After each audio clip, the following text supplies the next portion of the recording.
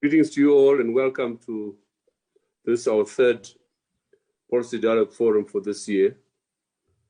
Greetings to all of you, especially those from far afield who have joined us from TNT, David Johnson, from the Queen's Country, Chris Mukofa, from far afield as Norway, Helgi, Ronning, and we else ever don't forget anybody out there. Next door, my dear sister Nana Mudenda, Mushaya Basa in the UK, Zamshia in Cape Town, together with my brother here, Brian Reftopoulos. So our topic today is looking at the 26th of March by-elections and to consider whether is this truly a dress rehearsal for 2023. But of course, soon after we coined this title, we had the amazing news a few days ago, the announcement of the 3 C's. Citizens, what did it say, Brian? 3 C's. Anyway, the new, not so new kid on the block, but more significant, what does that mean for the political dynamics in Zimbabwe? What does it mean for Mwonzora and his group? What does it mean for ZANU-PF itself? What does it mean for the Chiwenga factor if it has been affected at all. We want to, through three experts that we have here, and the chair, moderator himself, is an expert in the field, and I therefore like to welcome him and introduce him. Arnold Tsunga, country director for NDI, but a prominent Zimbabwean, former legislator, a man who's part of the debate on the democratization process in Zimbabwe. Welcome, Arnold. I'll be handing over to you soon. And then we have Brian Reptopoulos, Director of Research and Advocacy at the Kutula Trust in South Africa, and a Senior Research Fellow at the Nelson Mandela School of Public Governance, University of Cape Town. Welcome, Brian. He's a regular here, and of course, he's a Zimbabwean, by the way. People think he's some Greek or some South African. He's one of ours, and we're proud and proudly so. And then my dear sister Samukele Kumalo, founder and a director of Women's Institute for Leadership Development.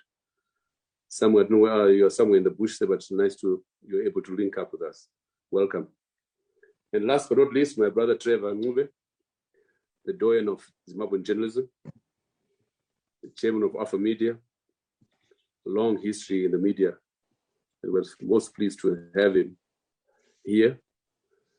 When he's always receiving others on his program today, we receive him, and we're most pleased that he has been able to find time to be with us. So with that, I hand over to Arnold Tsunga. Thank you. Thank you very much, Dr. Ibo Mandaza. And let me thank yourself and the SAPES for creating this platform, which I've always admired. And I think it's an absolutely important platform to deal with issues that affect the life of democracy in our country, Zimbabwe.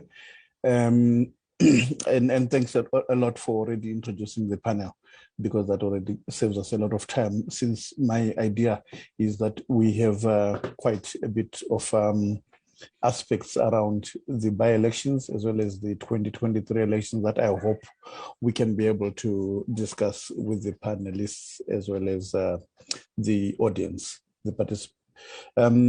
So the things that I hope we're going to be able to cover generally would include recalls and democracy in general, the question of voter apathy, the issues of delimitation, the issues of media, especially the role of public media in providing fair and balanced coverage during elections, the question of gender and elections, questions of women participation, also participation of people with disabilities, and their inclusion in politics, the issues of civic participation engagement that may take us to look at the question of civic space, as well as the strength of our institutions for supporting and protecting democracy that are provided for in the Constitution of Zimbabwe.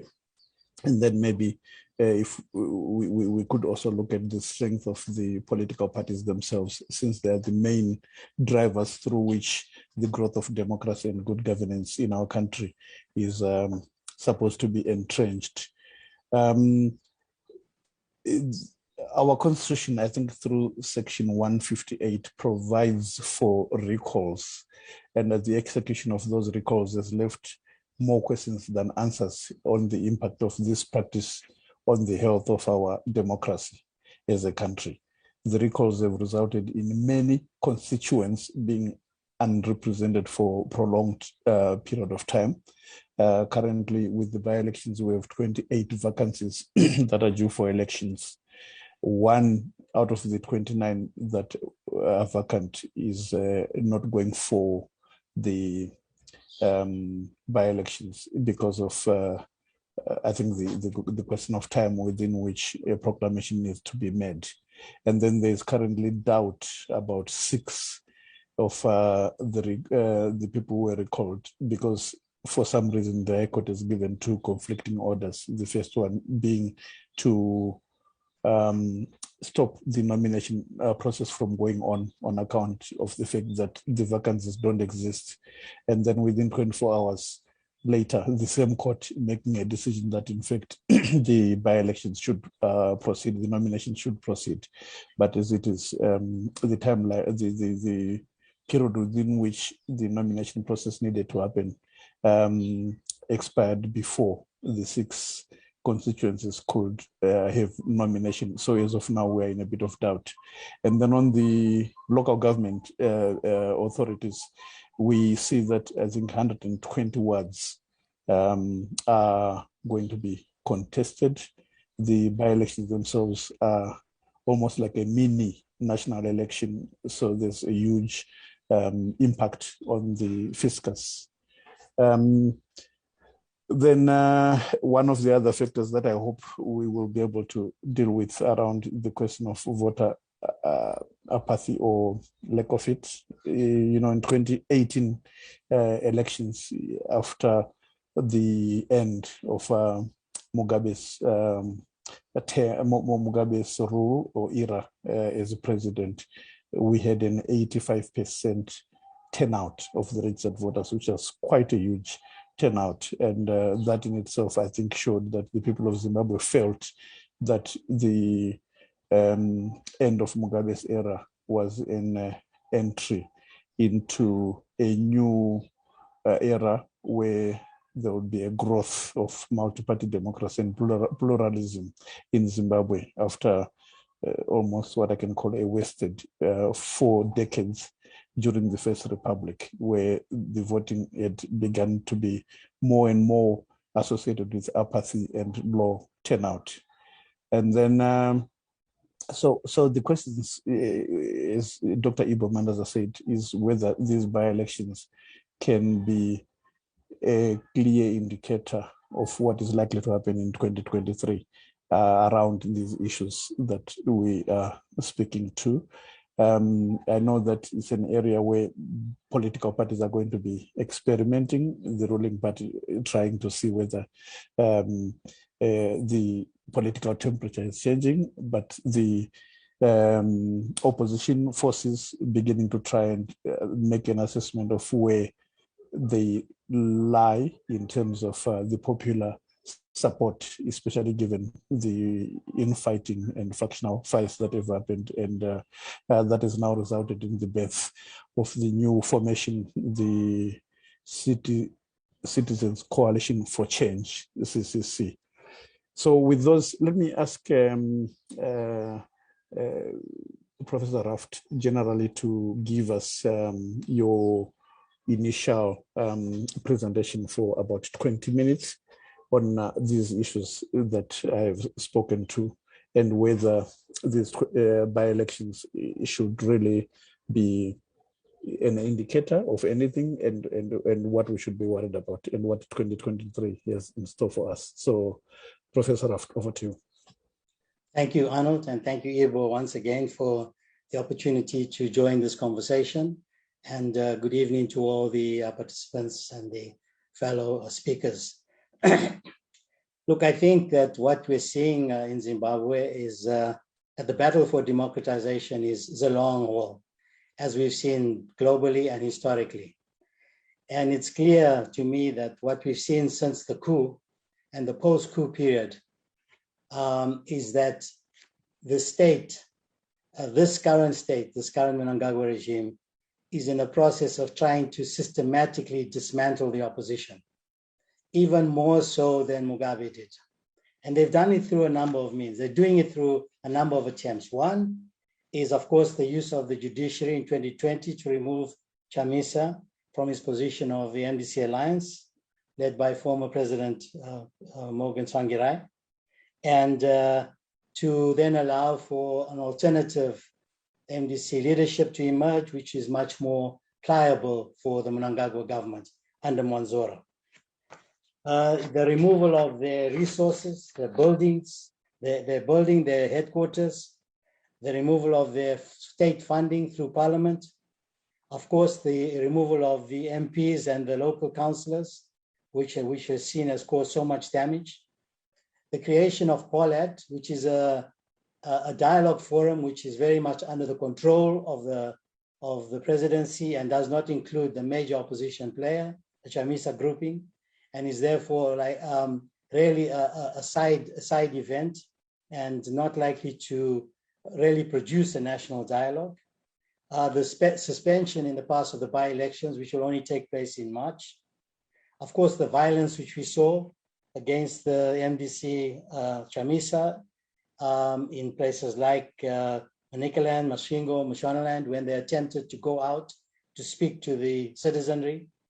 And then, of course, the gazetting of the Private Voluntary Organizations Amendment Act, which essentially seeks to comprehensively police the activities and messaging of civil society groups.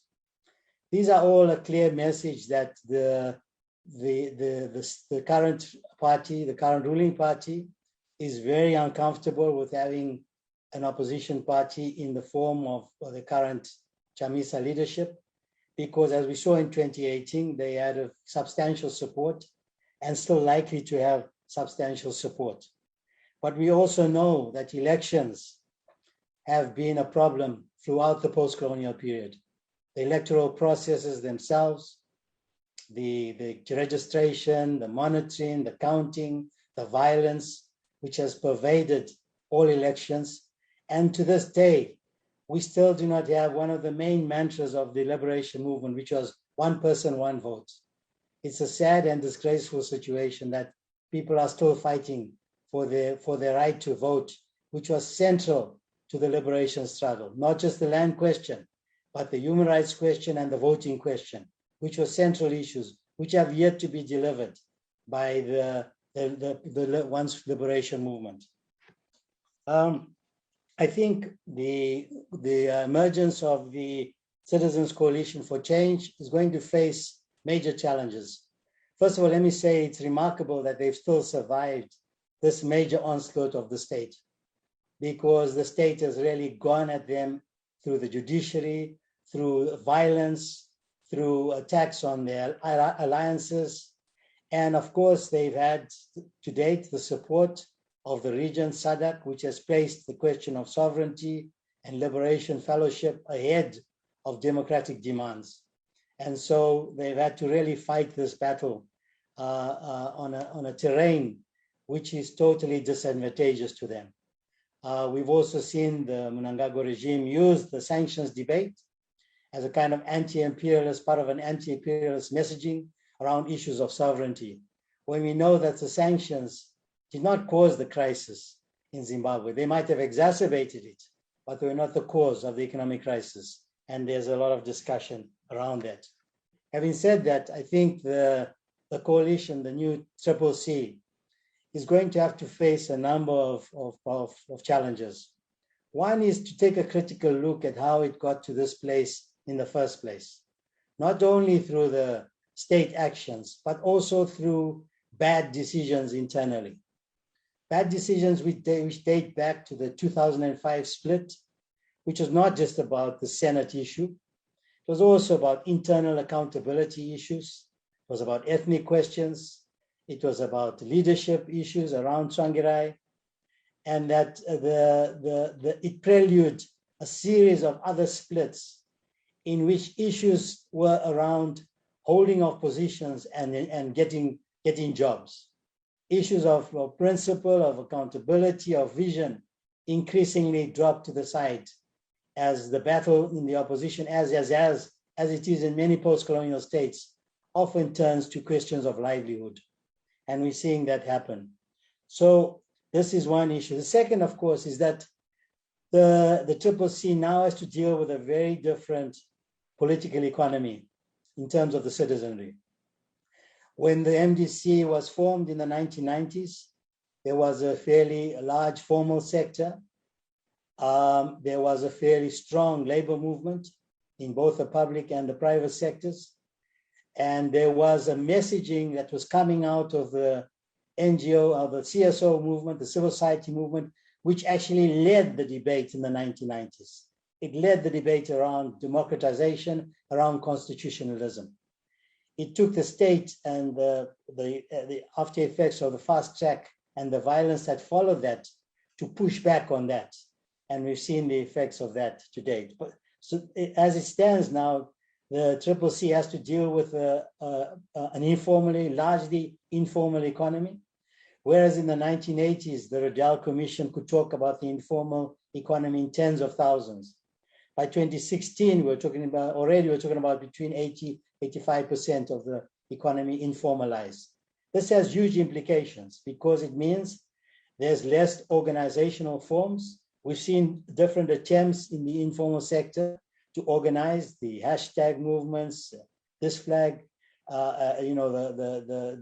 the different hashtag movements that have emerged.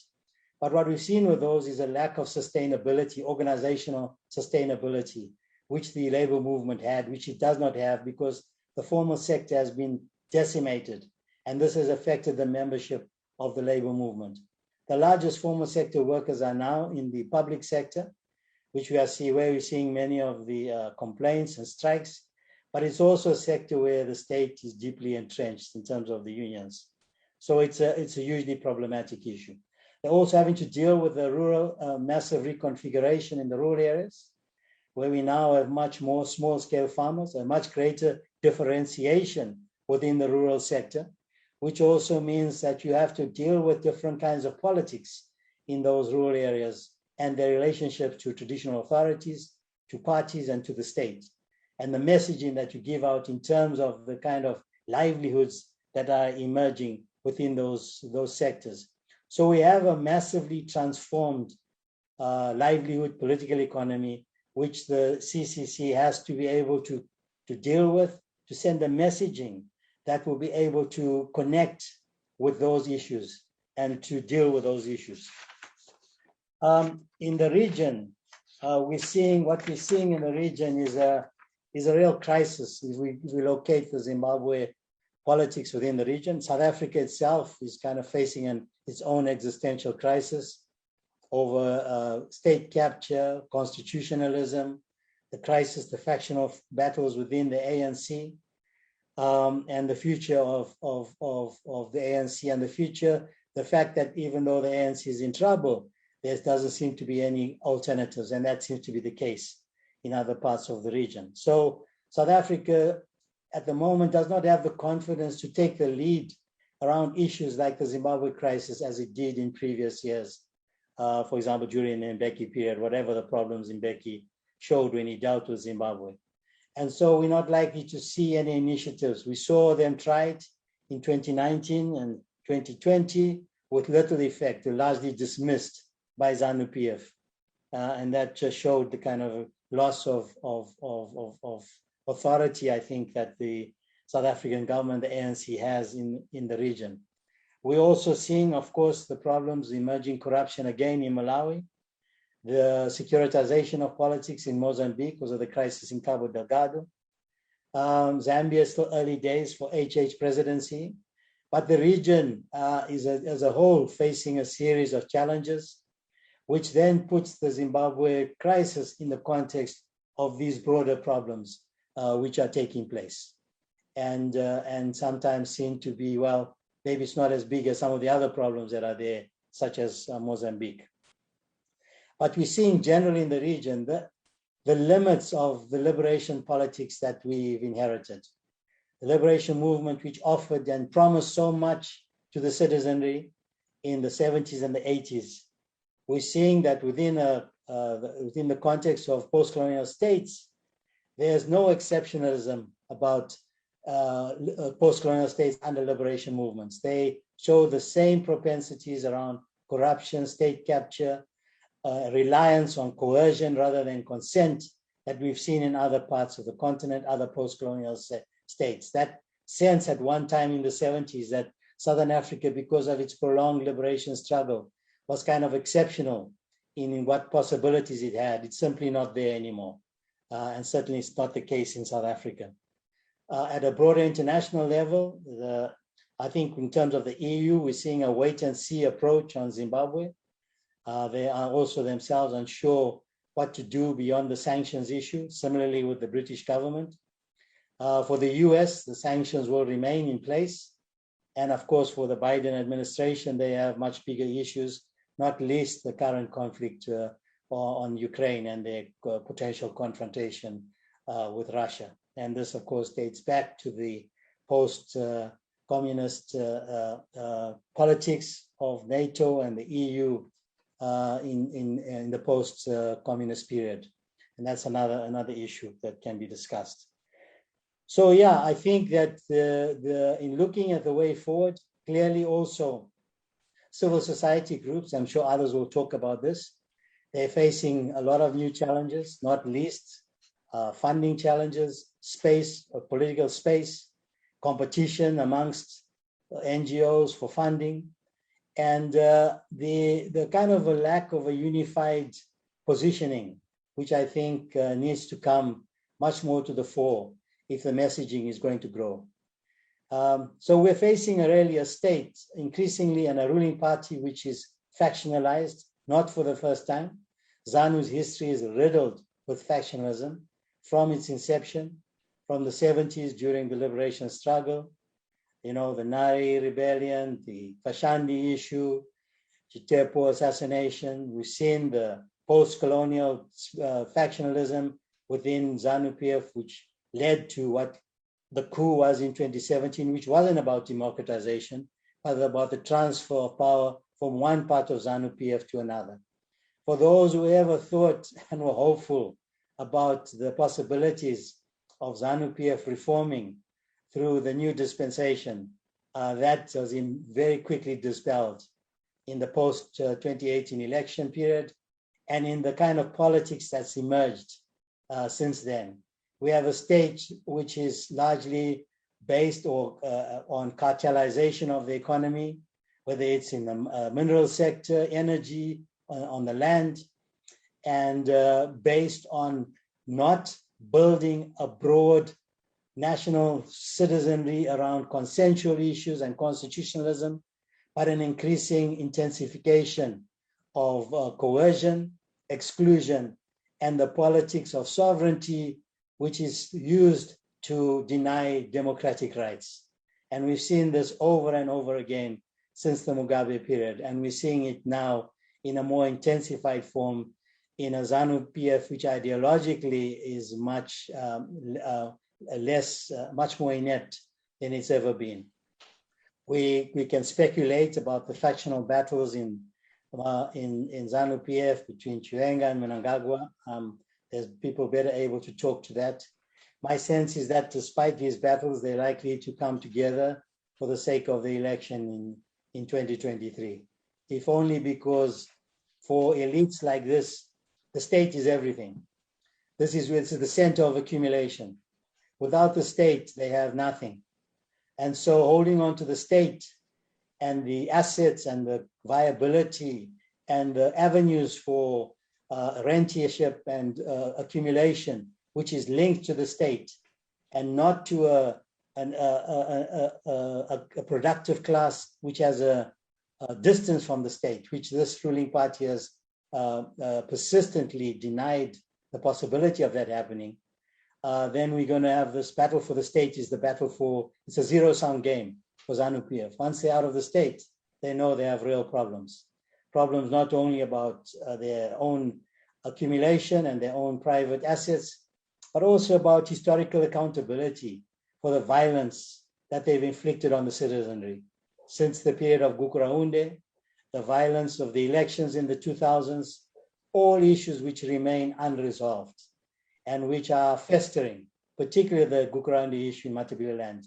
It has not gone away, it's not going to go away, and it's going to continuously be a reminder of the manner in which this state has conducted its form of rule, which has been frankly disgraceful. And so I think that this is the challenge that the coalition, the new coalition must face, not only the challenges of the repressive state, the limits in the region, the limits internationally, but also coming to terms critically with its own history and the mistakes it has made internally. And I've not seen enough of that within the Chamisa discussions. There needs to be a much more critical discussion about its own history if we're going to move beyond some of those issues into a new kind of politics, which takes us beyond politics as just employment and jobs, but a politics with a vision which produces new citizenries with new subjectivities, which can then place long-term issues of not just redistribution, but about democratization. Both issues which were central to the liberation struggle and which are central to politics throughout the region at the moment, and which are, as I said, playing out in their own way currently in South Africa, in a way that's likely to impact on Zimbabwe, not least through the anti-immigration politics, which is pervading all the parties here, including the ANC. This kind of populist anti-immigration, blaming everything on immigrants, particularly Zimbabweans, and not taking into account the failures of the Zimbabwean state and the failures of the region to deal with those issues over a long period of time. When citizens, when NGOs, when CSOs, and opposition parties have been calling on the region to deal with these questions for over 2 decades. And they've simply continued with a kind of regressive solidarity, which has pushed Zimbabwe continuously into further crisis. And so, yes, I think this is a massive task we have ahead of us. We have a long struggle ahead of us, I think, and we just need to face that. Thank you, Arnold, and thank you, Ibo. Thank you. Thanks a lot, Professor, for that wonderful introduction. Before I go to the other panelists, maybe I should actually ask that maybe to allow for 1 or 2 follow-up questions that I have before we can open up to the panel. I've already seen that there's already a good use of the chat function to raise questions that you want as an audience for the panelists to speak to. Please continue on that path. And then at an appropriate time, we're going to get those responses. But just 1 or 2 questions to you before I go to the next panelist, Professor Raft. You spoke of the fact that the ruling party is trying to dismantle the opposition using a variety of tools, including the judiciary, including the creation of Pollard, the violence that is systematic and sustained against the opposition, as well as the promulgation of repressive pieces of legislation, such as the private voluntary amendment bill that will create a minefield for civil society, especially those that are involved in the democracy and governance sector. But then on the judiciary, can I push back a little bit? You know, institutions like Zimbabwe Lawyers for Human Rights, they have really been able to get global recognition for their use of the judiciary to deal with what I can call weaponization of the legal system or instrumentalization of the legal system, to the point that many of the human rights activists or pro-democracy activists, legitimate political actors who have come into contact with the law and been arbitrarily arrested and detained, they have relied on the courts for them to be released. And so you find the likes of young Mr. Makomborera Aruzewishe, who was in custody for 9 months, precisely for his pro-democracy activism. But it took the judiciary to grant him bail when there seemed to be determination to keep him inside. You have people young with female leaders like Joanna Mombe, Netsai Marova, and Cecilia, who were at some point claimed to have been abducted. I think they were actually abducted, and then, but later the state turned against them to say they had faked their abduction. But despite being arrested, the only reason why they are out is because the judiciary intervened. Would we say that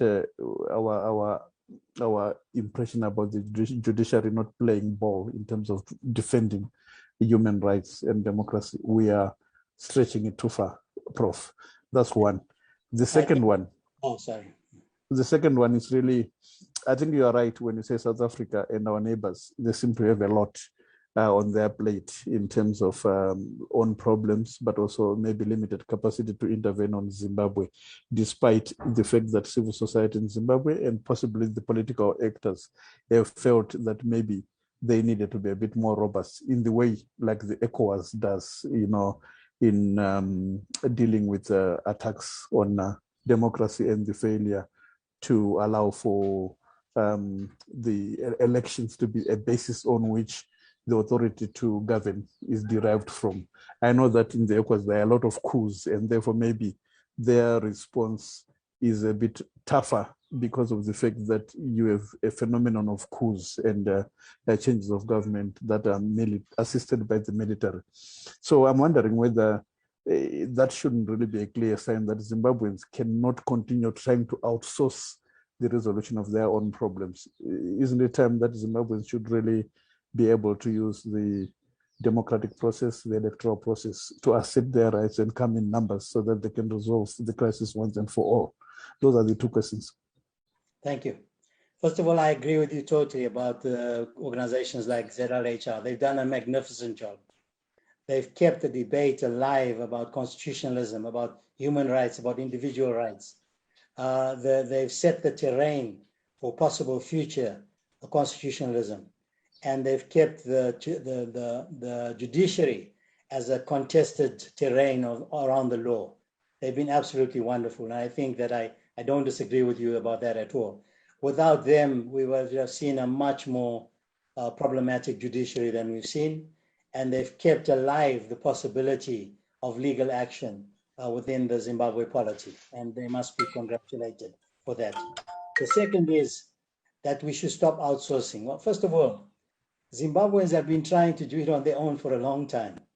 There's this idea that sometimes comes up that, Zimbabweans have not tried to do enough to change their own.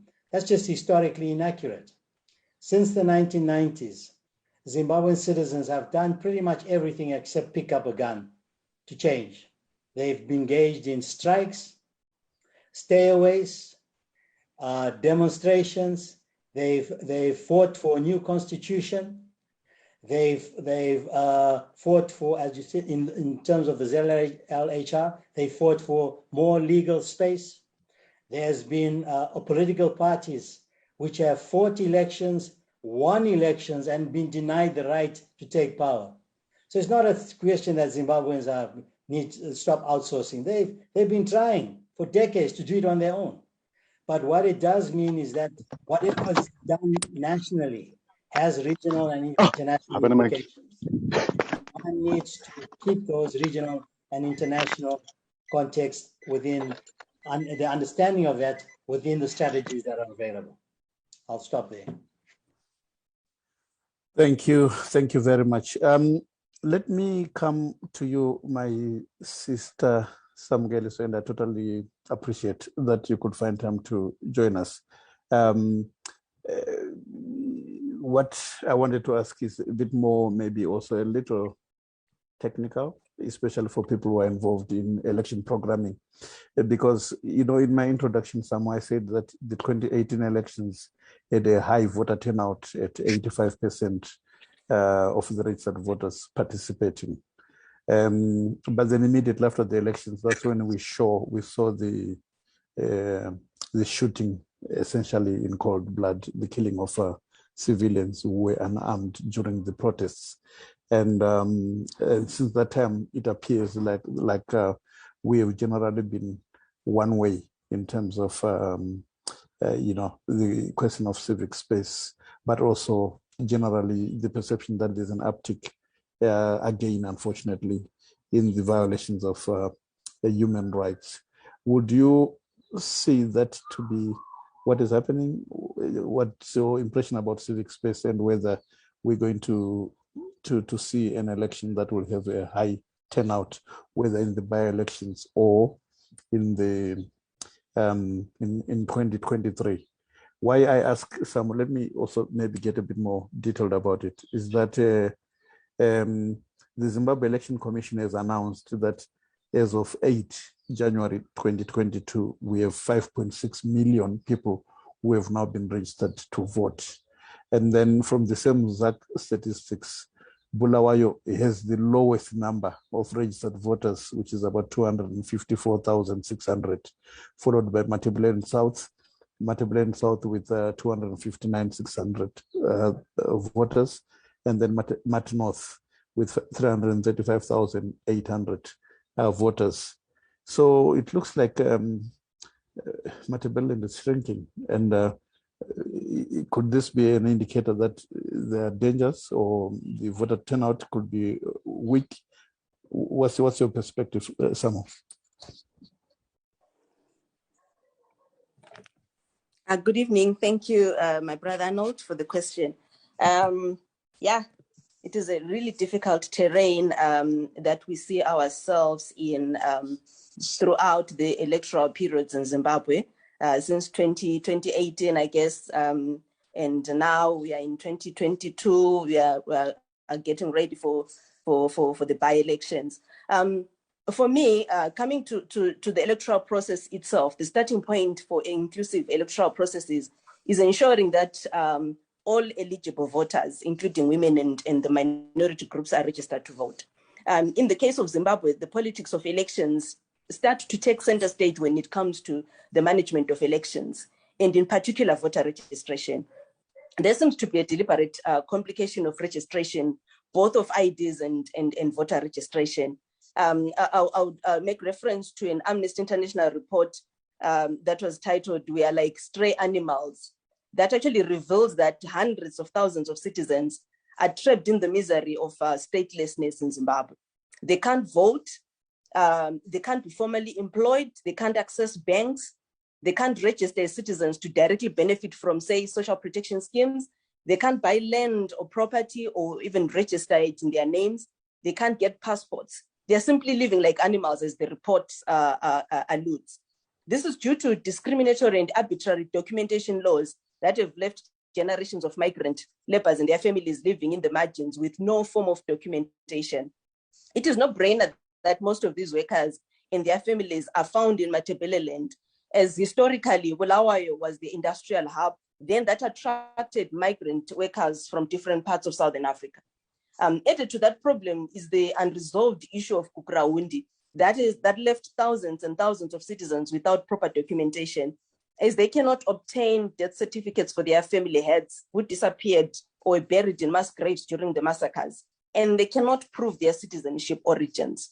And the Kukuraundi issue itself really makes it difficult for citizens, particularly from this part of the regions that were directly affected, to really openly participate in these public processes and air their views, air their concerns, in fear of intimidation, in fear of also like what we have seen in the past, where plaques have been destroyed, where citizens are trying to go and commemorate the loss of their beloved ones during the Kukuraundi. And this is an effect in terms of the level of participation in the coming elections, the by-elections, and also in the 2023 elections, as people of the region are feeling that they are still left out, they are still threatened, they are not part of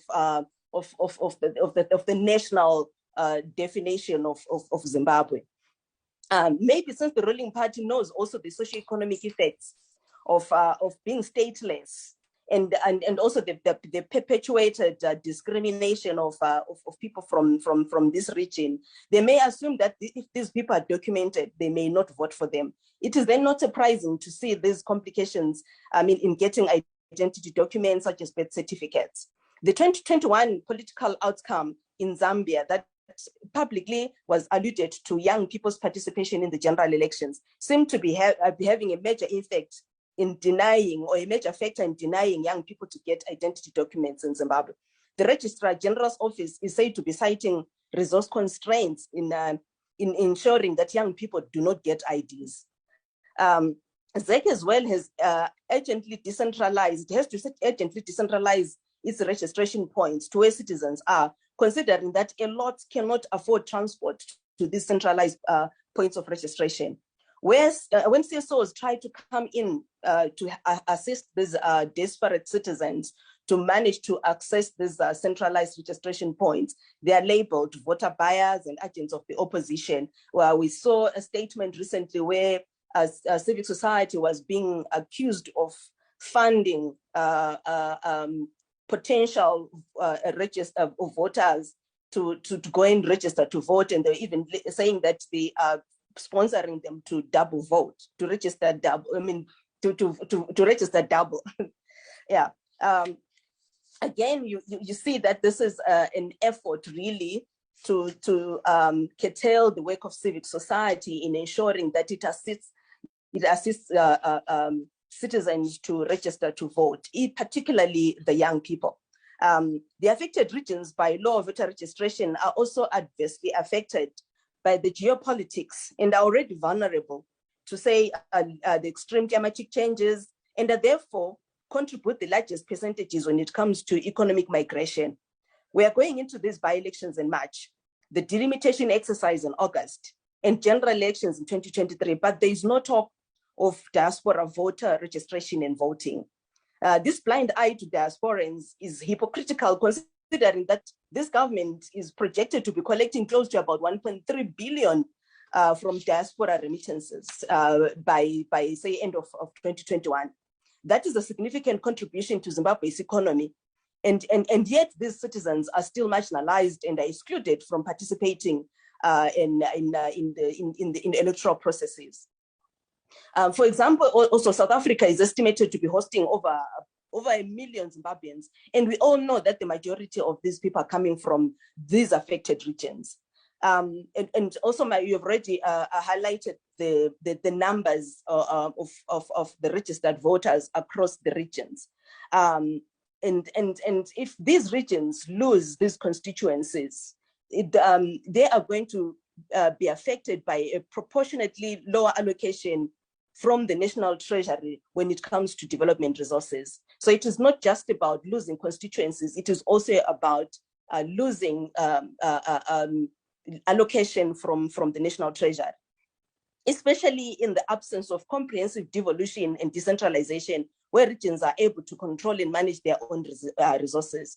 We will see more and more of regional poverty resulting from these imminent inequalities.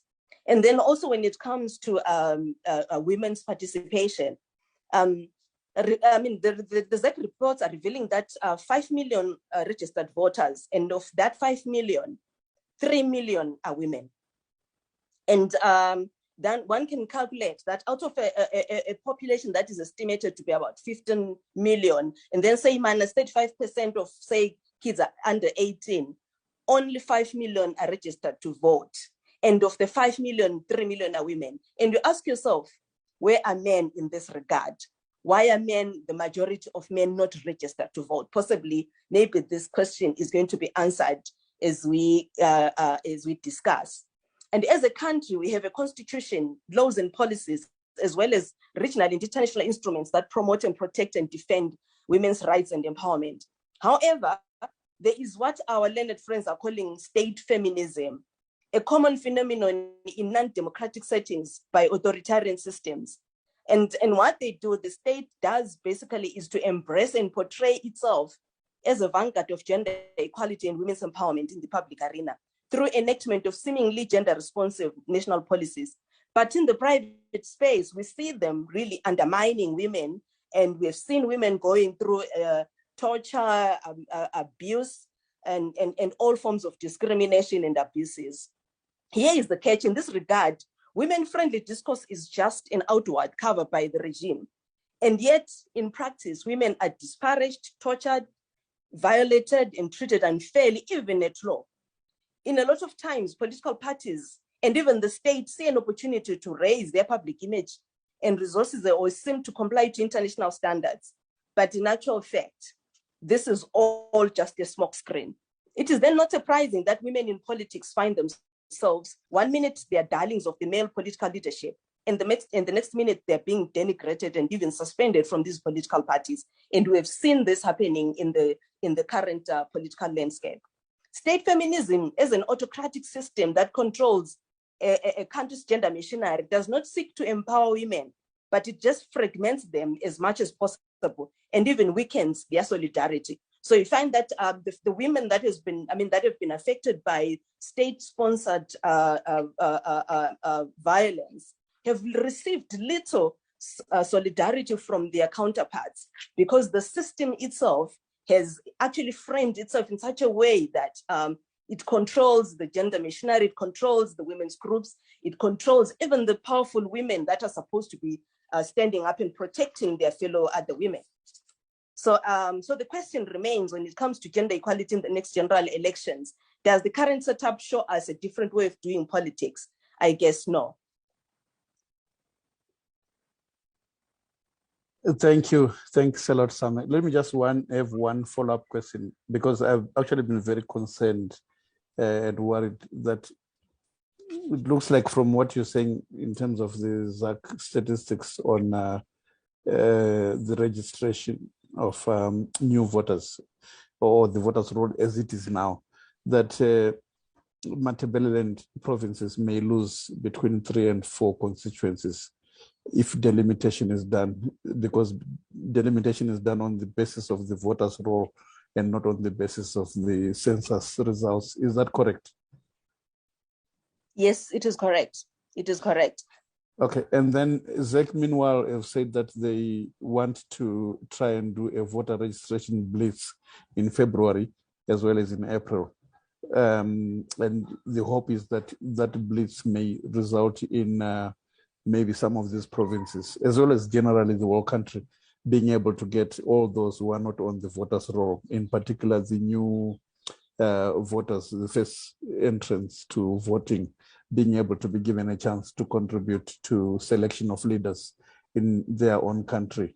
But then you raise the question that whilst the voter registration blitz by ZEC is welcome, you're saying that the Registrar General, who has the statutory responsibility to issue national IDs and national documentation, is also resource constrained and unable to issue the national registration documents that would then enable the ZEC process of the voter blitz to have impact. How does that get addressed? Is civil society raising issues with ZEC and maybe the Ministry of Finance on the need to harmonize, especially the resource allocation to these two important departments? Thank you.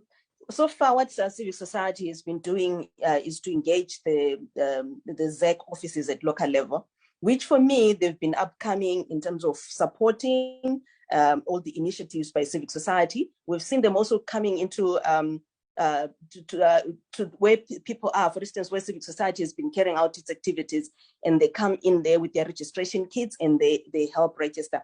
But of course, then we heard that, was it just before the end of last year, where they got an instruction to stop operating outside their offices. So now that also then poses complications in terms of now making sure that we bus people from the different areas to the centralized registration point. So for me, there's a bit of a willingness at local level by ZEC to make sure that there's registration takes place and working with civic society. But I think there are challenges when it comes to the local level, the national level ZEC, that actually gets, in my view, gets instructions directly from the authorities above. So the language that you usually get from the local office and the language that you get from ZEC national office is totally different. The national office seems not keen in terms of, it looks at civic society with suspicions, and but the local level office looks at civil society that they work with at community level as partners. So yeah, this is what civil society is trying to do, but it is also, right now, it is in the process of also engaging with the RG's office, because the excuse that we are getting, or the excuse that people get when they try to go and get IDs is that the registrar's office does not have, it's not resourced, it doesn't have equipment. So for me, that is a policy issue, because we cannot have citizens or a country that has more, say around maybe 40 to 50% of its citizens undocumented. For me, that's also even a security issue of a country. But what we hadn't done is also approach the Ministry of Finance to make sure that they actually avail resources to support the RG's office. Because all this for me is a political move, really, that's really structured. So we may need really to engage with the political leadership to find a solution to this, because I don't think the RG's office or the Ministry of Finance office has the answers that it can give. I think so there is really need for a very holistic approach. And also we've been engaging Zimbabwe Lawyers for Human Rights to see if there are opportunities of litigation. Because for me, I mean, for a person who does not have an identity document, that's a human rights violation. So, but then Zatelechara has been handling these cases on a case-to-case basis. But now looking at it, we have a national crisis, and that needs a holistic approach by civic society to make sure that at least this is handled not on a case-to-case basis, but as a national drive or a national policy agenda. Thank you very much, Samu, for that exhaustive explanation. And I think let's pack the delimitation issue a bit and move on so that we cover as much areas that are important to elections. But delimitation, I can say it is going to be the biggest intervention before the main election in 2023 that will give greater credibility or lack of it to the election process because of its importance. I think the fact that the delimitation map, which is basically the drawing of boundaries that we have in our country, we have been relying on the one that was done in 2007. It is the one that was used in the 2008 elections, in the 2013 elections, and in the 2018 harmonized elections. So the Constitution requires that every 10 years there should be a delimitation exercise as well as a census. But then if this process is not finalized by March next year, then which means constitutionally it's no longer possible for ZEC to use a new delimitation, new boundaries for the 2023 elections, which then means that the elections for 2023 will be relying on the boundaries that were determined in 2007. And that in itself, I think, will introduce significant integrity problems to the elections. This is why I think the delimitation is important. And this is why also the voter registration has to be supported, so as you say, with an appropriate national documentation and national registration of the potential voters, because we have an awful amount of young people who are undocumented. We have to be given a chance in terms of our constitution to determine who leads them in the politics and public office of our country. So I think it's extremely important. We're going to come back to that. But for now, let me move to the media terrain and speak to my brother, Trevor Ncube.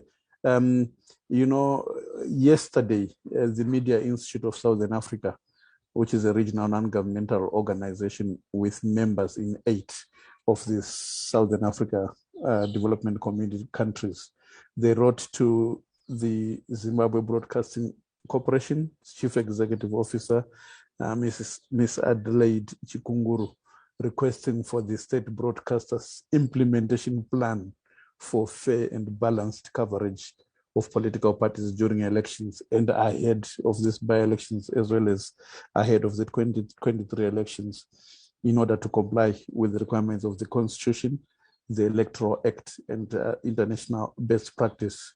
So they cited in their letter to the Chief Executive Officer that the Supreme Court, the Superior Courts of Zimbabwe, citing Chief Justice Malaba as well as Justice Mafusire as having ordered that the public broadcaster was in breach of the Constitution by giving one-sided attention, you know, in terms of the media. They also cited several observer missions like the African Union Election Observer Mission, the SADC Electoral Observer Mission, as well as the EU Election Observer Mission, that stated how the public media, the ZBC and the Zim papers, should cover the country's elections following the Zimbabwe's 2018 harmonized elections. So what do you see as the, do you see the public broadcaster being allowed by the powers that be to give fair and balanced coverage? Or have you seen any progress that has been made in complying with Justice Mafusire's court order that the public broadcaster should not violate the constitution. Over to you, Brother Trevor Ngode. Thanks a lot, Arnold, and thanks to Ibo for and Tony for having me here. The question that thanks for that question, Arnold. The question that Ibo posed in gathering all of us here was a dress rehearsal for 2023, and I think to all intents and purposes, what we are likely to see or what we're seeing happening until 2023 is going to be essentially that a dress rehearsal. And I'll get to the question that you have asked, Arnold. But I think it's important to realize that the crisis that we face as a nation is huge, and that at the center of all that is what Professor Avtopoulos called, employment for jobs. And that if it is employment for jobs, sadly, it's an issue that has become very strong within ZANU-PF. It's an issue that has become strong within the opposition. Very little of what is being done by the politicians addresses the people's agenda. And yet the crisis that we face as a nation is beyond the ability of any single political party to resolve. And therefore, the question that you ask, Arnold, is an important one, but it's an important one within a nation that manifests clear attempts to implement democratic practices, constitutionalism, and an independent judiciary, an independent media, and that kind of stuff. Unfortunately, that's not where we are. We are going through the motions of what appears to be a democratic election, which really in reality is another process at power grab by a section of ZANU-PF. And there's a tendency for us to look at this as, oh, it's an election. All things that are expected to happen in a democratic election are going to happen. And my submission to that is we are being slightly politically naive. We are dealing with an entrenched political system using the vehicle of ZANU-PF to get to political power and to get close to national resources and abuse those national resources for selfish personal gain. Sadly, you're not seeing the upping up of the game within the opposition political parties to come up with visionary, principled people's agenda that's inspirational, that excites everybody to get involved in elections. You are seeing in a way the opposition reproducing what is happening within ZANU-PF. And if you look at the fights that take place at primaries in opposition and in ZANU-PF, you really do get the sense that, one, the people that are contesting, their commitment to democracy, their commitment to the people's broad agenda is questionable, and that everybody is in this thing for what they can get themselves. So I agree with, to a very large extent, that the politics of employment and jobs has become the in thing in Zimbabwe's politics.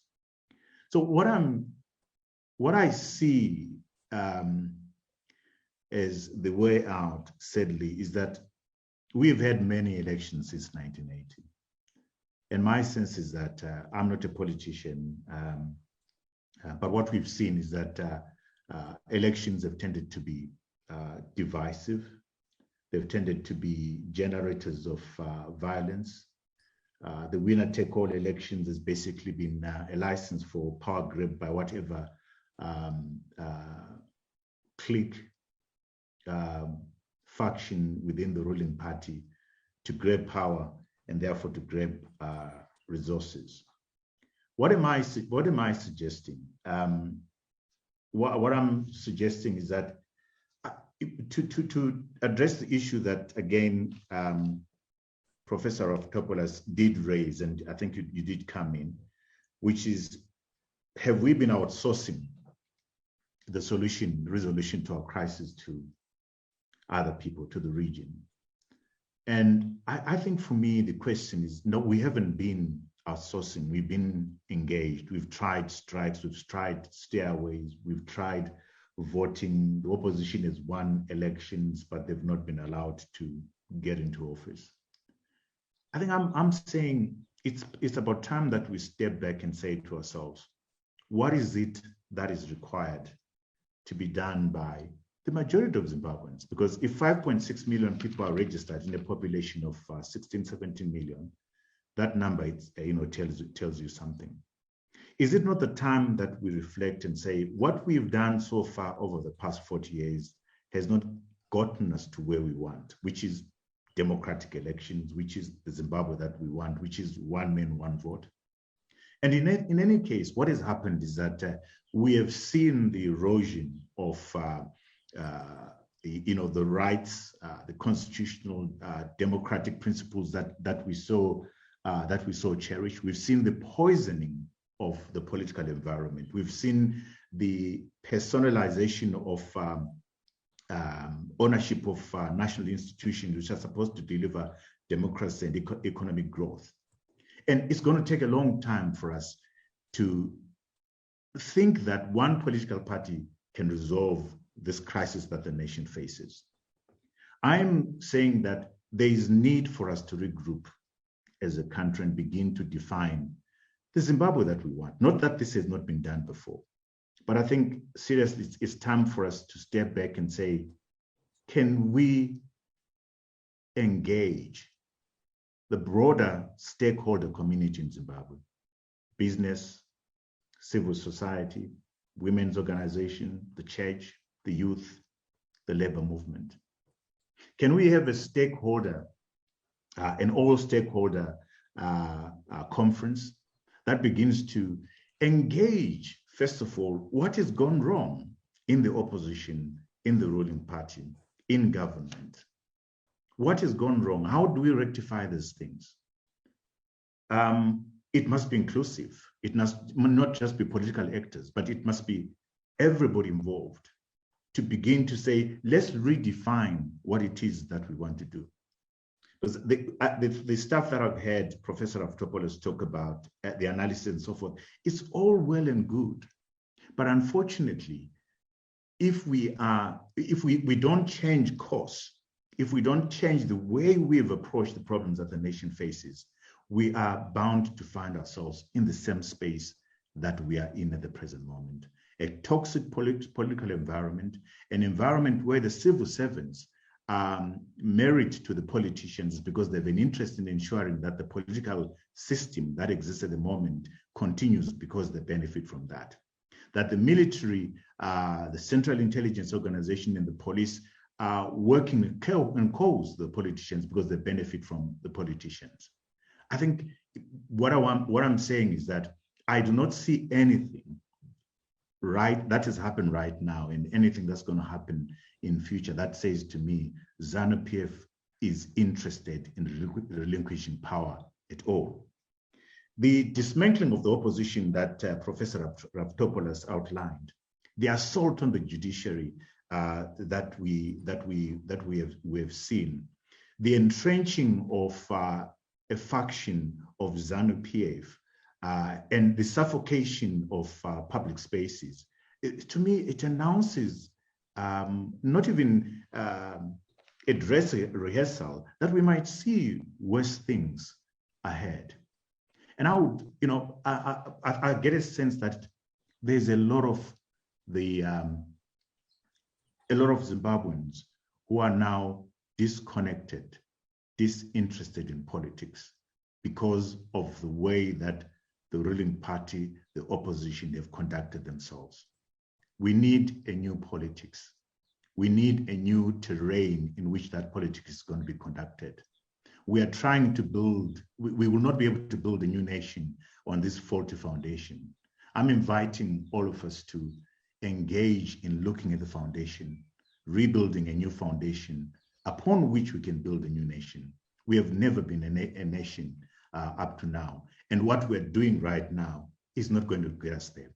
So to conclude my remarks, Arnold, I would be surprised if ZBC does anything to change their coverage of the elections.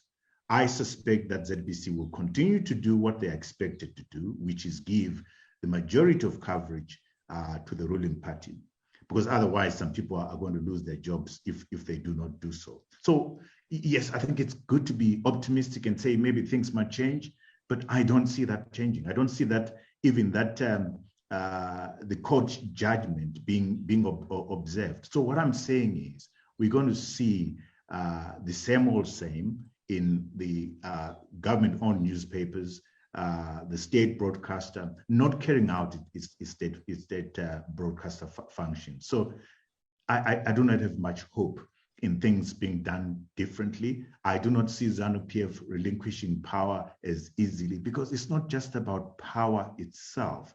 It's about what power allows people to access. Power allows politicians and the small clique to access resources to get rich through tenders and that kind of stuff. And we're seeing more of it in this in the Mnangagwa administration than we've ever seen before. I'll stop here and engage and listen to others. Thank you very much, Arnold. Thank you very much, Mkoma, Trevor. I just have one follow-up question before, and I'm mindful that we need to get to a situation where we give it to a wider audience.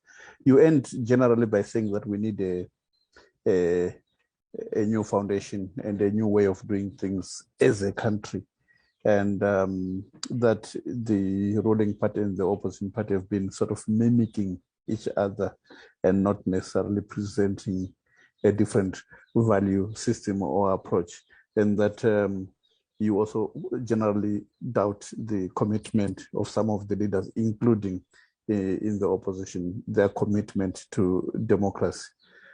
So I just want to challenge you on the foundation. Don't you think that the global political agreement and the inclusive government that emerged after that, when President Thabo Mbeki negotiated or provided some basis for dialogue, which then gave us the new constitution in 2013, isn't that new constitution the foundation that Zimbabwe should actually be building on? So in other words, the constitutional framework is there, but what is missing is the statesmanship to build on that. That's my question, Trevor. Thank you. I think you're right, Arnold. The constitution that was produced by the players in the GNU is a good document, is a good starting point, as it were. But is it not an issue of concern that one of the players, namely ZANU-PF, has gone gung-ho, a full onslaught on the same constitution that they participated in drafting, which says to me that there was never a genuine underwriting of that constitution by players in ZANU-PF, which says to me that the democratic culture, the human rights culture, is not entrenched within ZANU-PF. What we're seeing now by way of the assault on the constitution by Mnangagwa's government, says to you that there was never a full embrace of the democratic principles and tenets that are found in that constitution. And as to the opposition, my sense would be it's if you look at a few things that has happened within the opposition, you do get a sense also that there isn't the full embrace of what democracy is all about. But also, Arnold, let's remember that the GNU, in as much as it was two big political parties, was a political accommodation of two players that contested in an election. I think what I'm submitting is that we need a broader participation of Zimbabweans in defining what that future is going to be, so that should they be straying, as we are seeing right now as far as the constitution is concerned, you have a bigger body and powerful body that holds everybody to their feet to the fire, as it were, to say this is what we agreed on. At the moment, unfortunately, we don't have that situation. I am concerned by the fact that we have no unanimity in defining who we are, what kind of country we want to build. We are not united in defining the things that are important to us as a people. And I think we need a bigger table that includes more participants in if we're going to come up with something which is durable. What we have at the moment is not durable. And I don't believe that with political players who are genuinely interested in resolving this manner beyond the jobs and the employment that Professor Raftopoulos so eloquently outlined. I hope that answers your question.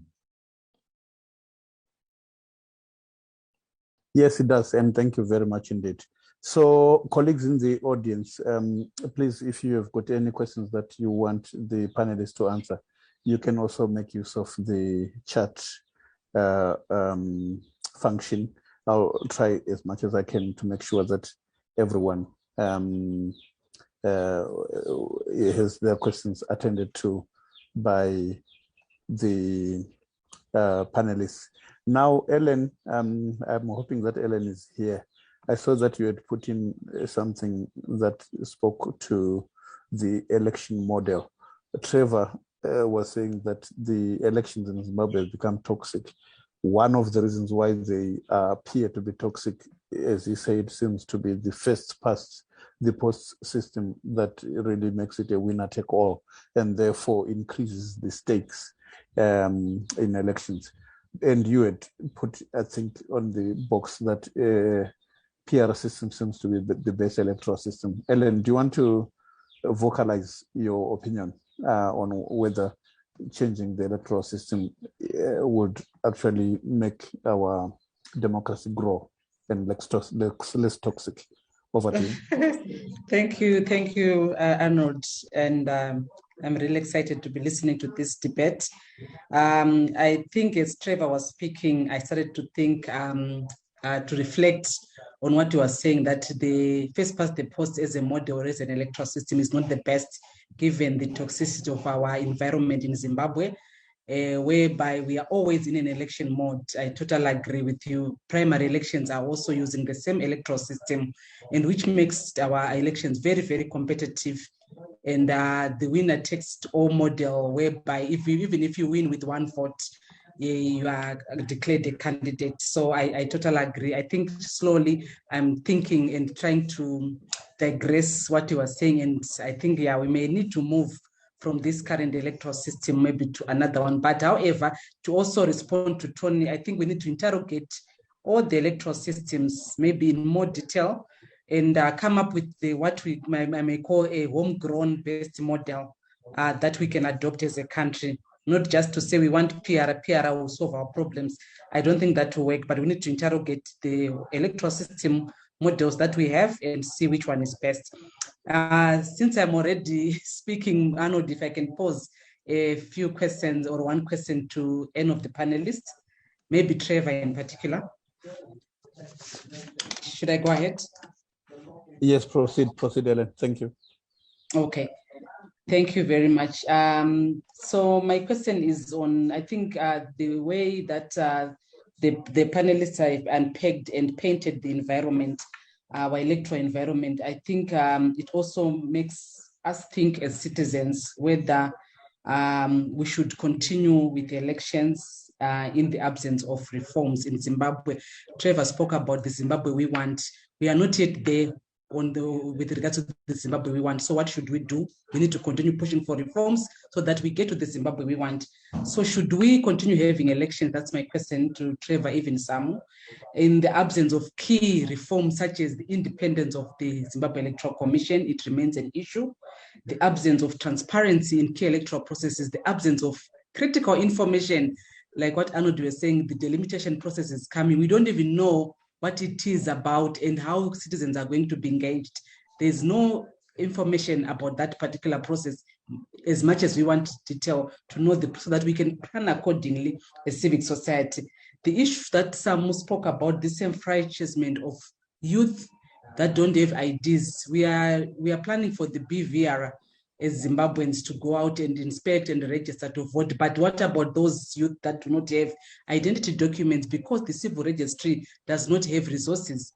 What does it mean in terms of ensuring their participation? Should we proceed with the elections in such a scenario? And also the issue of absence of devolution that also some spoke about. So my worry is, what do we need to do in terms of elections? Is it necessary for us to even talk about elections in Zimbabwe in such an environment that has been painted and that is so gloomy in my view? Of moderator, thank you very much. Thank you. I'm going to ask the question that you asked to be packed so that when we get to the round where the panelists are going to come back, then they can incorporate an answer to that question. For now, I was thinking that one of the things, I saw Pierce pick you on here, and I know that Prof. Raftopoulos spoke about the effect that the economic exploitation of resources and the proximity of those in power with access to economic opportunity was something that made our politics also a bit more complex, and at the same time that the state is the center. Yes, that's the phrase used. The state is the center of accumulation, and that violence and impunity for human rights violations, coupled with fear of losing the economic opportunity arising from the state being the center of economic accumulation. I know that certainly Zimbabwe, as of late, we've started seeing more and more the weaknesses of the natural resource governance framework that has now resulted in a lot of informal can I say activity around precious metals, gold, gold, diamonds, etc. And so this sometimes ends up having a negative effect on elections. And I know that, Pierce, that's one thing that you've generally been monitoring, to see the political economy of a state that seems to have a limited capacity of effective governance, but that then creates an opportunity for maximum acquisition. Would you want to be able to comment a bit on that in the context of elections, or the impact of that on elections in a country like Zimbabwe? Pierce? Hi, Arnold. Thanks very much for the opportunity, and thank you to Sapis. Fascinating discussion.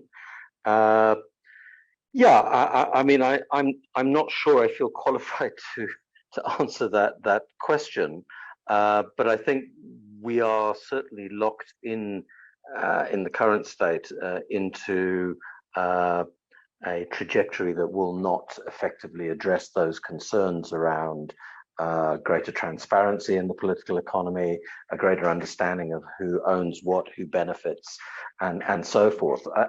The one comment, two comments I wanted to make about elections, I may have missed, Arnold, whether there was any commentary about having a robust assessment of conditions in the current situation and what opportunity there might be for civil society to make a loud shout for SEAC to conduct an assessment in the area. I saw Hasu Patel was on earlier, but he's not there anymore. And as previously, I think I'm not sure if he's still the Zimbabwe rep there, but an opportunity to get the conversation going around the democratic deficits, many of which have been highlighted, both in terms of specific electoral related processes or wider conditional issues, that this is a conversation where those concerns need to be as broadly engaged with and amplified in terms of public discourse now, a year or so ahead of the elections, which should be part of the process of defending the integrity of the voting process. So I was in some discussions last year with people working around late last year in discussions around that and around elections, the mismatch between ZEC's position on issues, civil society's position, where things stand with draft legislation, et cetera, et cetera, et cetera. And a whole host of things have been identified and have been identified for a very long time. It's sitting on the outside, what we're faced with is a tale of contradictory narratives. And I'm curious as to what work might be done to kind of shine the light on these contradictions in order to remove some of the noise that's in play around, reform, no reform, crisis, no crisis, etc. And what these things really mean in terms of perhaps laying a more critical foundation for a discussion that needs to take place on a range of these issues. So for me, the opportunity is to shine the light without having unrealistic expectations as to what the state will do, the zero-sum game that's in play around politics and political control of the state in Zimbabwe. One has to assess what aspects of an incrementalist approach are going to be effective in this situation. But at the very least, we need to try and make sure that we have a much clearer understanding of the key issues in play, because there is an enormous amount of product that comes out of Zimbabwe. A lot of noise comes out of Zimbabwe. It is very, very difficult, unless you are imbued in the weeds of this, to sort the wheat out from the chaff in these discussions from the outside to get a greater. And I think, I'm not saying it's not happening, but I think that much more needs to happen on that front. And that does also relate to issues around political economy. I saw a comment earlier about, or a question about the business community that was pushed towards Trevor. And I think it would be a good thing for him to help us understand his perspectives on how the business community navigates this space. Whether there are real prospects for it to come to the party around the challenges of governance in Zimbabwe, which seem to me to be a space where you can get a kind of cross-pollination of ideas domestically and regionally around a governance mandate, as opposed to an emphasis on human rights per se in terms of narratives and discourse, which can be smuggled in under the governance rubric, but are often used as a tool for deflecting attention from issues in part of that kind of polarized polity that certainly suits the incumbents at the moment. Thanks, Arnold. A lot of noise, but perhaps not very much substance. No, quite a bit of substance as usual. My brother Piers. Now, is Ibo still with us? I just wanted, because there are a number of issues that have been raised, which I think you would be an excellent person to reflect on. The one comment made, especially by Trevor, that the commitment of the opposition to a broad-based growth of democracy in our country, so that politics becomes a resource that can generate development in our country, and that elections generally generate violence. And he then says that,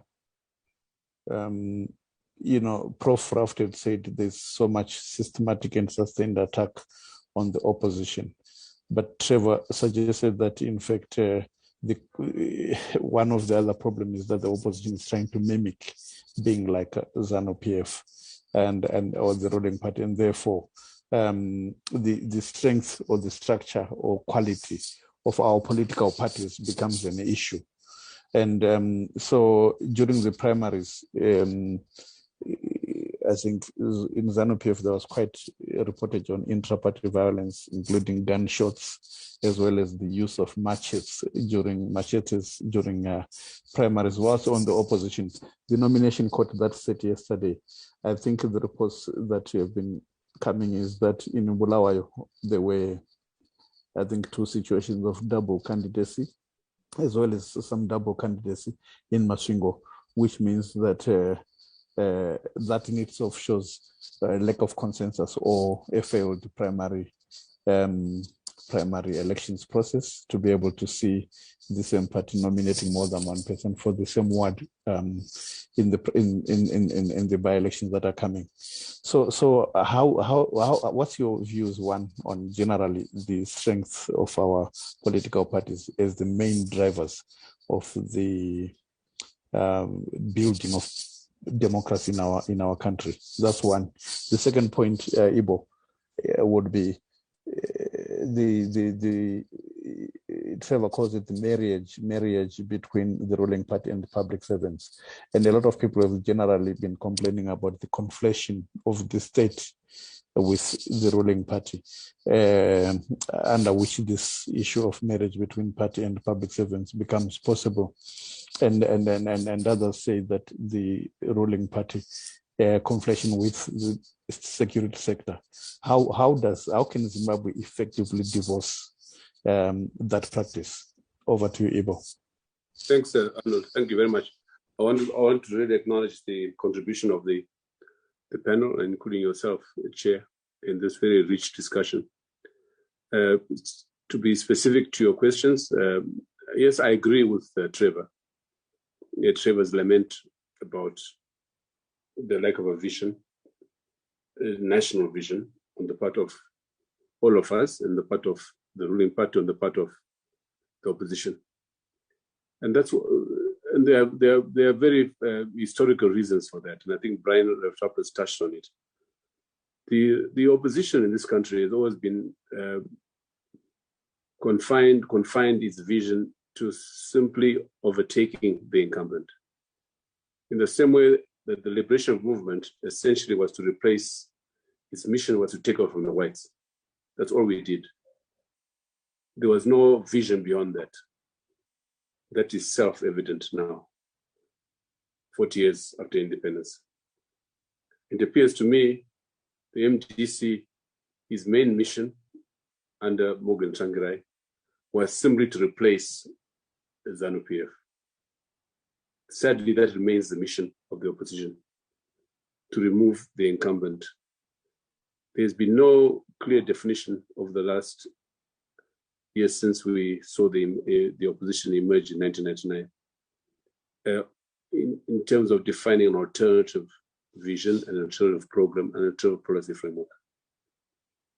I was saying, and I tweeted likewise, that our hope is that the Yellow Party, the 3 Cs, the Citizen Coalition for Change, would live up to the expectations that are implicit in the name itself.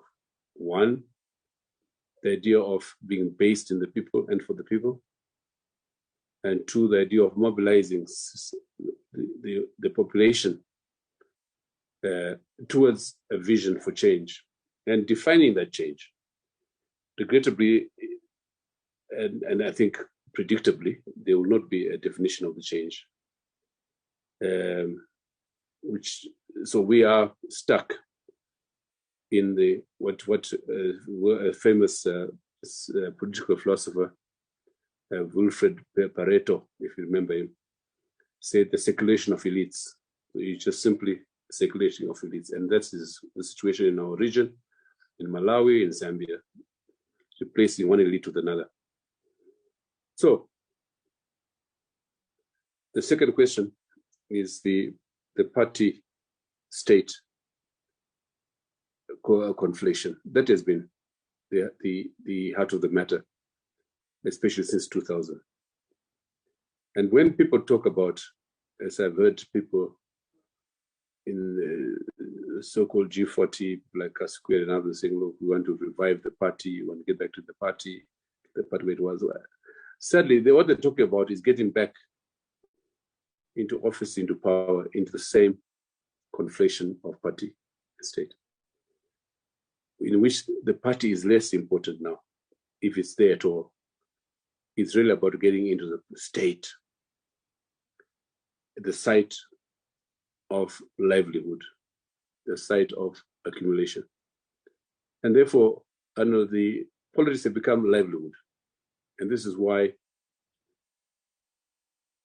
in spite of what Zesson Ellen was saying earlier on, this is why there won't be boycott of elections.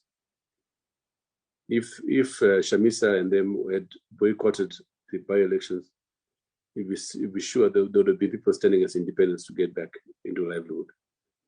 The difference between being unemployed and having a car and a stipend from Parliament is big, especially in our current circumstances economically. So, yes, as a famous author once said, the beautiful ones are not yet born. So we have to expect much of the same as before. And therefore, it brings me to the question, if I may, Arnold. Are these by-elections a rehearsal for 2023? In raising that question, I also want to acknowledge Jonathan Moyo. He's the one that wrote that concept note. And it is also he who raised the subtext in that concept note, which is are these by-elections a referendum on Emmerson Mnangagwa? And the question has been raised in the context of the apparent acknowledgement that elections will go on, notwithstanding the lack of reforms.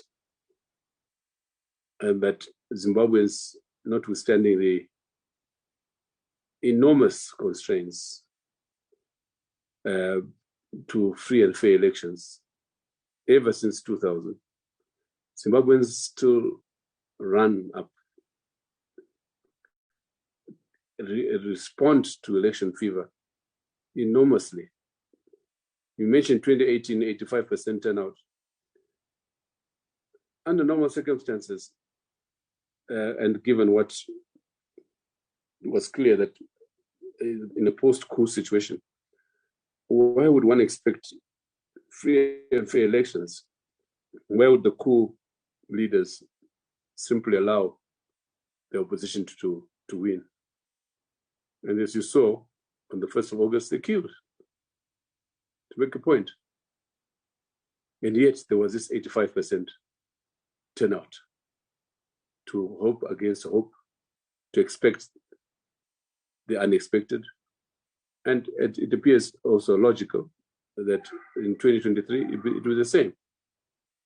And yet, the questions are there before us. Is this a dress rehearsal, 2023? Or are there twists and turns before we get there? What, in fact, these are questions to the panelists, how might the military behave? The military have been the center of elections since 2000. They have virtually run elections. They are virtually the heart of the ZEC, the secretariats. What might they plan for 2023, especially where clearly ZANU-PF, whatever you call it, will never win elections, certainly not the presidential elections. So what might be scenario, taking into account also the now legendary Mnangagwa-Chiwenga conflict, would the military behave as consistent as it has behaved in the previous elections in 2023? And secondly, what is likely to be the fate of the presidential elections? We know clearly that Emmerson Mnangagwa will not win elections. So what is likely to be the scenario in 2023? I'd hope that the panelists would address some of these questions. I hope I've... Yeah, you did very well. And thank you. I think let's ask Prof. Raft to be the first to go at very important questions. Unless, as you said, Professor Moyo wanted to speak, but let's start with Prof. Raft, and then we can get Professor Moyo to weigh in if he's interested to speak as well. Prof. Raft, over to you. Thank you, Arnold. Yeah, look, I think someone like Professor Moyo would be in a much better position to throw some light on this, and I hope he would intervene.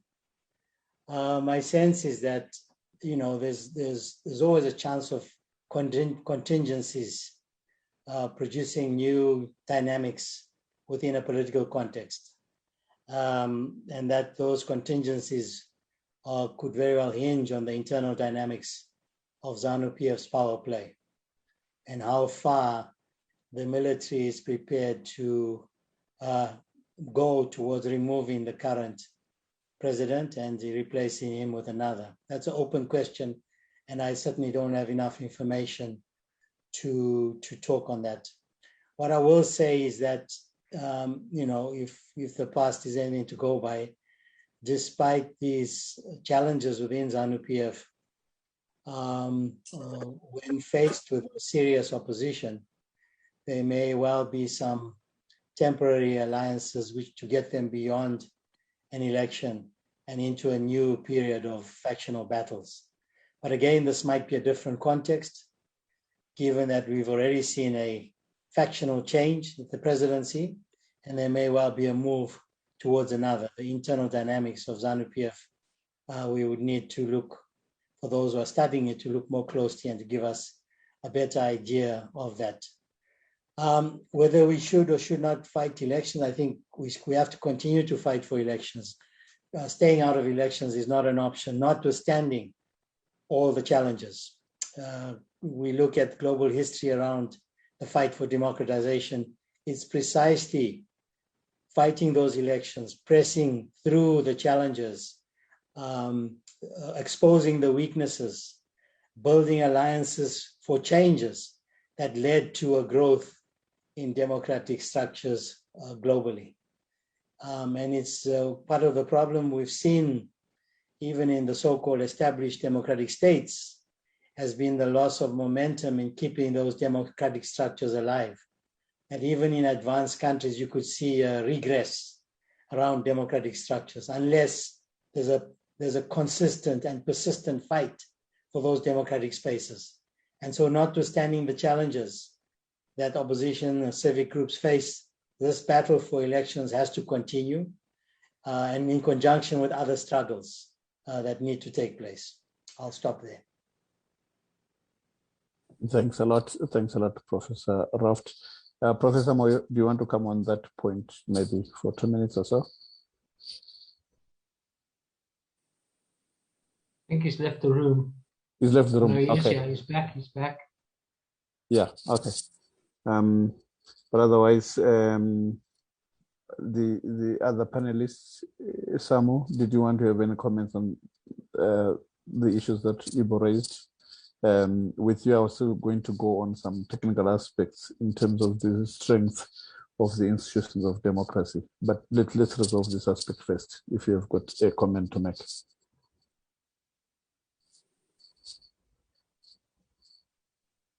I'll let this one pass. Okay, good. And if the Professor Moyo, Jonathan Moyo, if you're here, I hope you followed the previous question on whether this is a rehearsal to the 2023 elections or not. If you've got any views to share, please go ahead.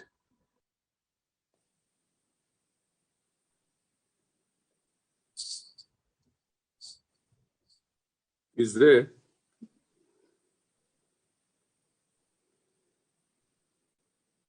No. Okay. Then in that case, let me ask my brother Trevor. There's a question about the role of business, which you raised, but then there's interest to hear your views around the role of business in building of democracy and a different type of politics that allows for opportunities to be available for everyone in Zimbabwe.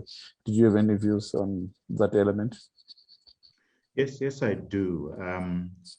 And before I do that, in trying to directly respond to the question posed to the panel, and also that Ibo has reiterated whether this is a dress rehearsal, and Professor Raptopoulos on the issue of the military. I think we face clearly a situation of one of the factions in ZANU-PF entrenching themselves. And if right now we're going to say, what role is the military going to take? Are we not asking the question that we asked prior to the coup? What role is the military going to take? And we saw what role the military did take there. Is the military ever going to be in a position to want to support a faction of the opposition to take over? I dare say I don't see that happening.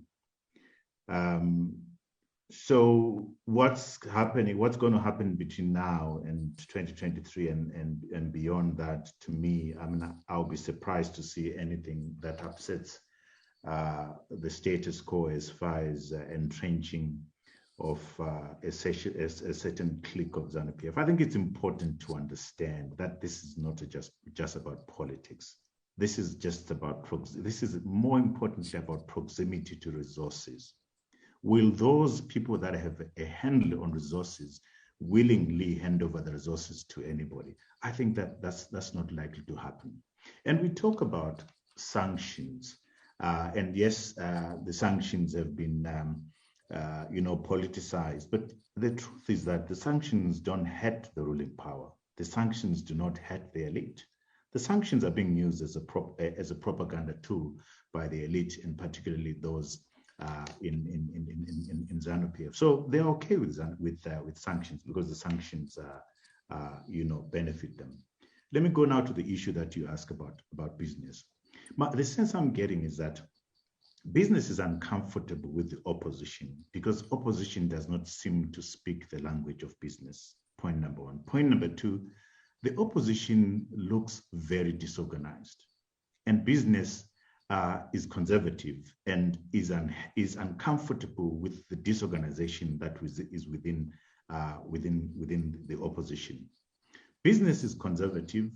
Business wants to put their money, where risks are slightly reduced. And at the moment, the business gets a sense that ZANU-PF might not be the cleanest political party around, but ZANU-PF is behaving in a manner that accommodates certain business interests to prosper, and certain business people will be pretty comfortable to align themselves with a ZANU-PF that is business friendly. We've seen, for instance, the deal that has been done in South Africa and many other deals that have been done.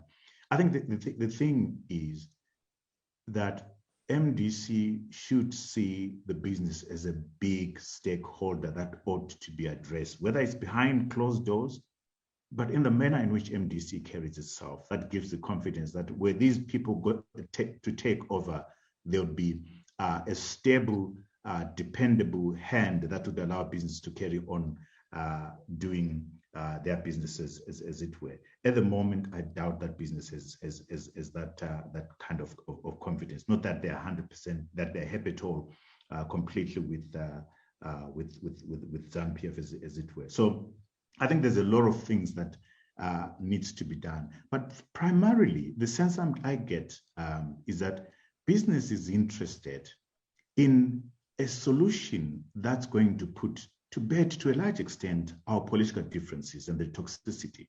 because the toxicity and the fights and the violence in the long term hurt business, hurt employment creation, hurt investments and that kind of stuff. And business has been here for a very long time.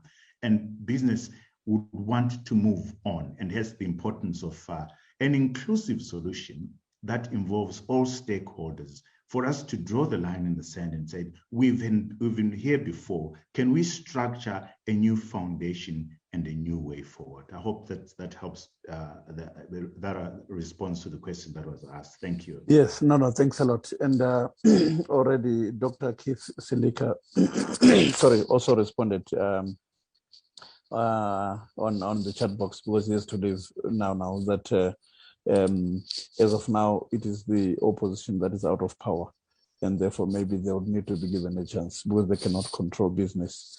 Anyway, Tony, please come in a minute. I'm really wanting to start moving towards closure. There are still two substantive issues that are left. One on social media. So I want Trevor Samu to speak to think about whether the formal media is still as important in elections in the face of social media, but also on the question of disinformation, fake news, misinformation, warakashi, etc. So let's hear from Tony, and then I'm going to come back to you on that. Tony, over to you. Thank you, Arnold, and thank you, everybody. This is illuminating. Apart from these very important political economy questions that everyone's raising, there still is the fundamental problem that transfer of power happens with an election. And what we've seen is repeated processes in which these elections are contested, allegations of rigging are made, they go to the courts, and I fear the same process. I think that the critical issue is that you cannot deal with all the evidence that we have, and Excelgate was a very, very useful exposition of that, without challenging all the sources of error and lack of transparency prior to the election. There has to be complete scrutiny and complete agreement that none of the conditions for an election are suitable for the judgment of a free and fair election.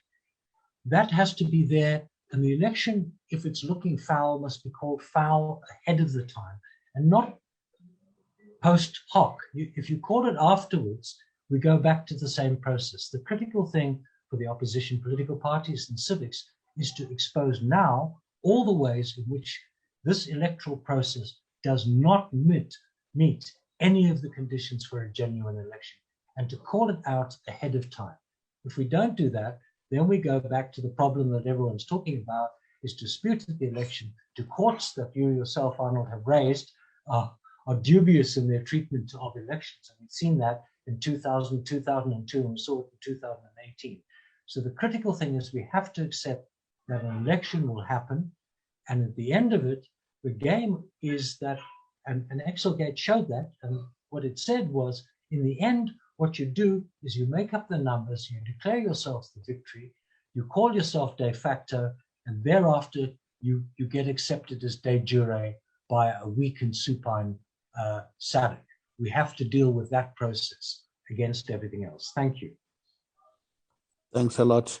Thanks a lot, Tony. Let me move to the question I was asking about the increasing importance of the role of social media in electoral democracy globally. The challenges of misinformation, disinformation, fake news, but also the real positive opportunity that social media offers in a closed space. We saw what happened in Zambia, where the public media was heavily biased towards the ruling party. But then the now ruling party, which was opposition then, was able to propagate their messages through a variety of means, including social media. But then it becomes really a battlefront. In Zimbabwe in particular, we know that there's specific social media armies that have been established by political parties in order to fight the truth, in some instances, also propagate lies and disinformation. Galaxy 812, I don't know who he is, but said, I question the centrality of state media in information dissemination on election messages. It's no longer the same as it was in the past. I think social media has become a force which must be recognized. Let me ask Samu first, and then Trevor.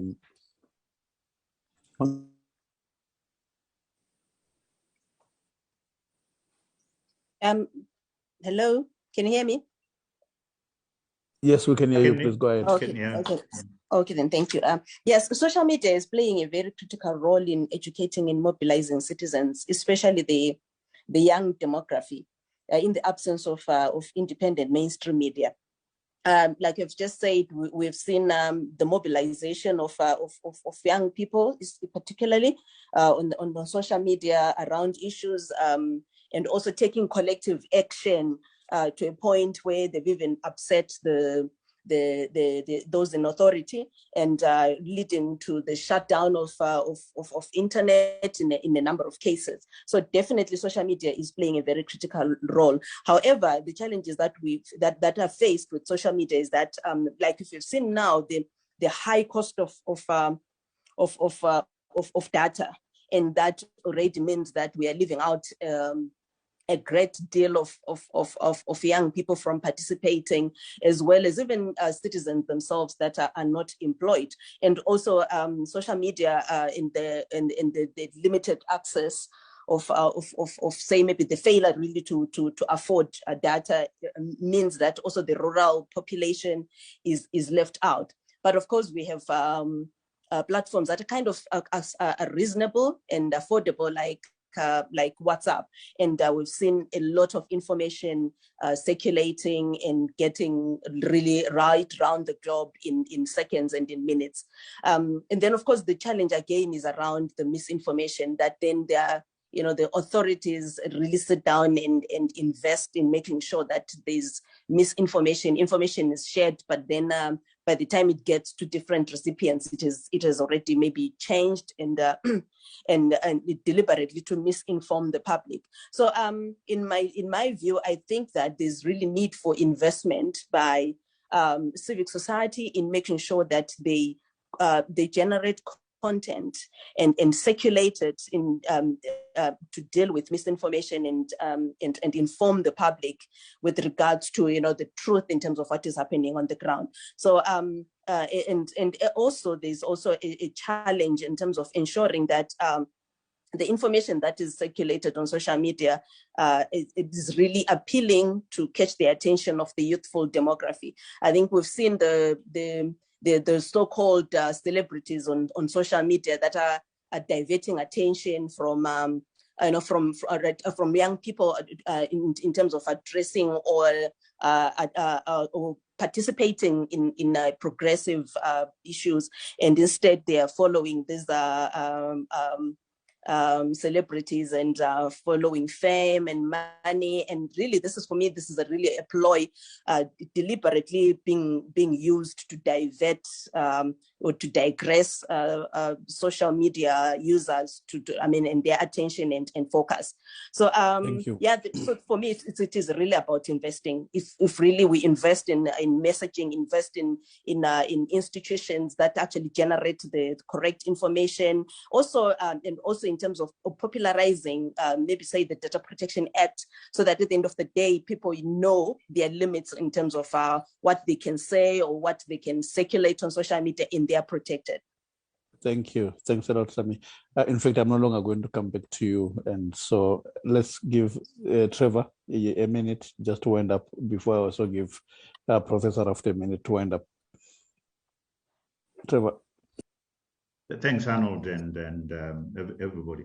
The issue of social media is important, good people, but we must realize just how it's got its negative aspects, which right now basically says whoever has the largest check that buys the influencers, that poisons social media, which is toxic, which is misleading, which is noisy, which doesn't reflect what is on the ground, basically buys that influence.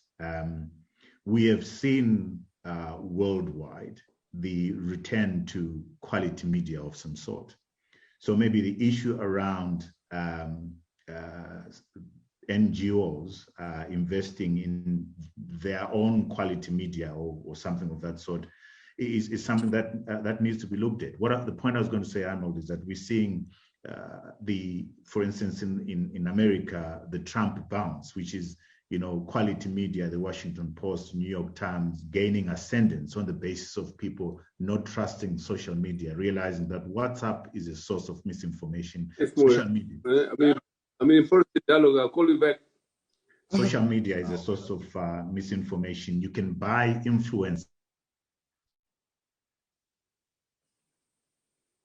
You can, sorry, I'd gotten muted there. You can buy influencers. You can buy influence on social media by buying these influencers, coming up with hashtags which don't mirror what the reality on the ground is. So I think the question that remains is, how do you ensure that there's quality that gets out?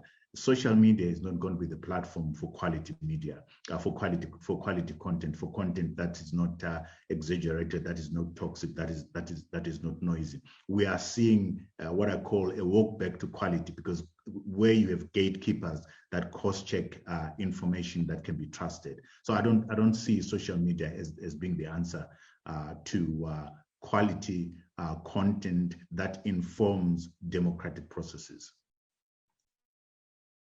Very important. Thanks a lot, Trevor, for that. Professor Raft, we can go on and on, but do you mind if you can wind up maybe in a minute? Yeah, no, thanks. I haven't much more to say. Just to say that despite all the challenges we're facing, let's not underestimate the gains that the democratic movement and people involved in the democratic struggle have made in keeping open spaces in the public sphere, in fighting over the questions of the law, in keeping the human rights debate on the agenda, in keeping electoral openness and the need for electoral integrity on the agenda, and in effect also affecting the dynamics of politics within ZANU-PF itself. So let's not underestimate the gains that have been made despite the long road that still we have ahead of us. Thank you. Thanks a lot, Prof, to end on such a positive and encouraging note, which is very consistent with the African Union's good governance framework, where it is clear that the will to govern, the authority to govern is derived from the will of the people that is freely expressed in free and fair elections. So on that basis, let me take this opportunity to thank the panelists and then to thank Dr. Ibo Mandaza, Sapes, and all those who worked behind the scenes to make this possible, this conversation, which I think is the beginning of the election season in Zimbabwe, possible. So back to you, Dr. Mandaza. No, thanks, Arnold. My job is really not to try and summarize a very rich discussion that was, and therefore thank you in particular for conducting one of the richest discussions we ever had, and to thank Brian for setting the pace with a very comprehensive introduction, and Samu for finding time to give us some details on the state of voter registration, which is a very depressing picture she gave, and Trevor for raising fundamental questions, which are really the site of the debate that we should have in the next few months. Really, what is the vision of the Zimbabwe we want? We need to redefine that. I think Trevor did very well to underline that point. So for me, is to thank, first of all, the Jonathan Moyo for the concept note and for suggesting this topic. And on the back of that, to also request our audience, our membership, to come up with topics for discussion and offer concept notes such as Jonathan has done. And we have next week, for example, a meeting on the constitutionalism, the raging debate in South Africa on the constitution, and how that relates or contrasts with the Zimbabwe situation, where there's no constitutionalism at all, and how that relates to the African continent as a whole. So we're hoping next week to have a debate with the Minister of Justice of South Africa as the main person. And we'll also have someone from Kenya and Professor Washburn Mule from Zimbabwe, so that we highlight thereby the centrality of the constitution, rule of law, and return of the military to the barracks. So on that note, I want to thank you all. And again, thank you, Arnold, and your panel for a nice discussion. Thank you, and good night. Bye-bye. Thank you very much. Yes.